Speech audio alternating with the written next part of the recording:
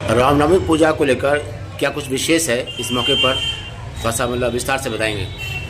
वैसे तो चैत्र शुक्ल पक्ष की नवमी रामनवमी कही जाती है और प्रत्येक वर्ष रामनवमी बड़े हर्षोल्लास के साथ मनाते हैं। रामायण में, वाल्मीकि जी के रामायण में और रामचरितमानस जैसे विविध ग्रंथों में इस विषय का उद्धरण आया है कि चैत्र शुक्ल पक्ष नवमी के दिन ही राजा राम अवतरित हुए।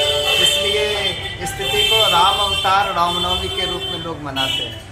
लेकिन इस वर्ष कुछ विशेष प्रकार का योग है उस दिन, और यह एक विहंगम संयोग है कि विविध प्रकार के योग उस दिन लग रहे हैं। तो मैं अपने दर्शकों को आपके माध्यम से बताना चाहूँगा कि ज्योतिष शास्त्र में एक रवि पुष्य योग है।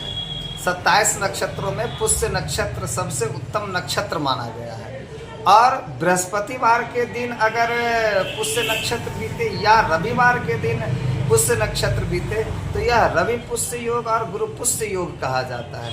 तो इस बार नवमी रविवार को है और उस दिन उदय काल के बाद से ही पुष्य नक्षत्र बीतेगा। तो इस तरह से रामनवमी के दिन रवि पुष्य योग का होना अपने आप में बहुत ही सुखद संयोग लग रहा है। यह नवीन कार्यारंभ करने के लिए, किसी शुभ कार्य को करने के लिए, यागिक अनुष्ठान, तांत्रिक क्रियाओं के लिए ये बहुत ही शुभ योग माना गया है। साथ ही इस दिन कुछ और भी योग लग रहे हैं, जैसे कि मुहूर्त चिंतामणि में सर्वार्थ सिद्धि योग का वर्णन आया है। सिद्धज्ञ भौमार्क गुरोच सिद्धा, 5 प्रकार की तिथि हैं, नंदा, भद्रा, जया, रिक्ता और पूर्णा।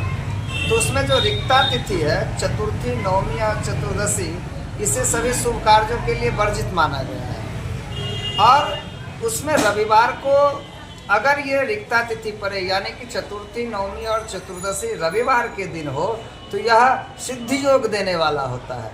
तो इस तरह से रामनवमी के दिन रवि पुख योग के साथ साथ रविवार के दिन नवमी का योग अपने आप में मुहूर्त चिंतामणि ग्रंथ के अनुसार सिद्धि योग भी दे रहा है।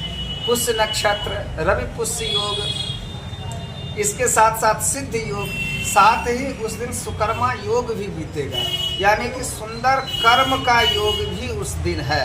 तो इस तरह से हम यह कह सकते हैं कि इस वर्ष की जो रामनवमी है अपने आप में कई सुखद संयोगों को समेटे हुए आया है। जी नाम बता दीजिए।